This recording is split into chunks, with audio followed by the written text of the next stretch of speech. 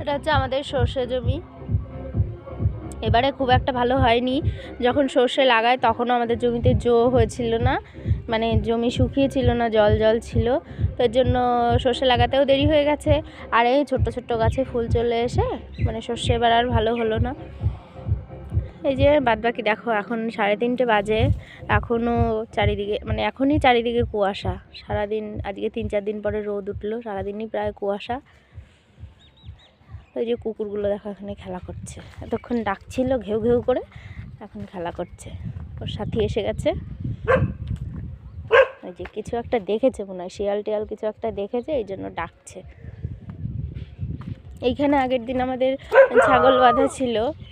ওই যে গরুটা ওখানে বাঁধা থাকে আর ছাগলটা এখানে বাঁধা ছিল, মা ছাগলটা। আর বাচ্চাগুলো এখানে ছাড়া ছিল, 1 মাসও এখনও বয়স হয়নি। তো সেই ছাগলটাকে মানে বাচ্চা ছাগলটা, একটা ছাগল শিয়ালে নিয়ে গেছে। তারপরে আর খুঁজে পাওয়া গেল না। এই দেখো কি কিউট বাচ্চাটা দেখতে, আয় আয় আয় আয় খেলছে।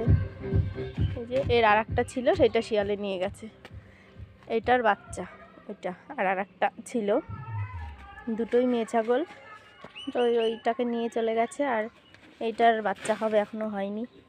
দেখ, যখন ছোটো থাকে তখনই দেখতে সুন্দর লাগে, আর যখন বুড়ো ধাড়ি হয়ে যায় তখন আর এগুলোকে দেখতে ইচ্ছা করে না।